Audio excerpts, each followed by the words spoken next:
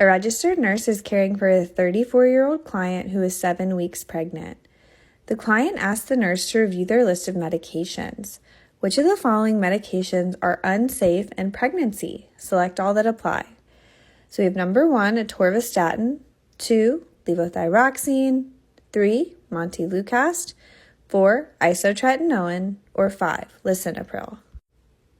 So looking at number 1, atorvastatin. Do you remember what that is used for?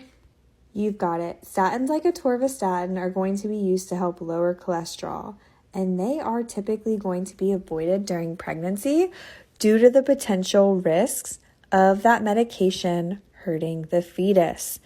So we know that that is one that is unsafe in pregnancy. Now let's look at our next one, levothyroxine. Do you remember what this is used for? You've got it. This is used for hypothyroidism. And this one is actually considered safe in pregnancy. So that is not going to be our answer choice. Now looking at number 3, montelukast. Do you remember what this one is used for? You've got it. It is used to help treat asthma, and it is safe in pregnancy. So we know that that's not going to be our answer choice. But what about number 4, isotretinoin? So this medication is used for severe acne, and it is known to be teratogenic.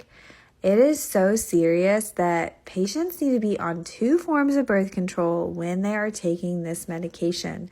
They cannot get pregnant, and it is absolutely contraindicated during pregnancy. So we know that number 4 is also one of our answers. And lastly, let's look at number 5, lisinopril. So do you remember what type of medication this is? You've got it. It is an ACE inhibitor.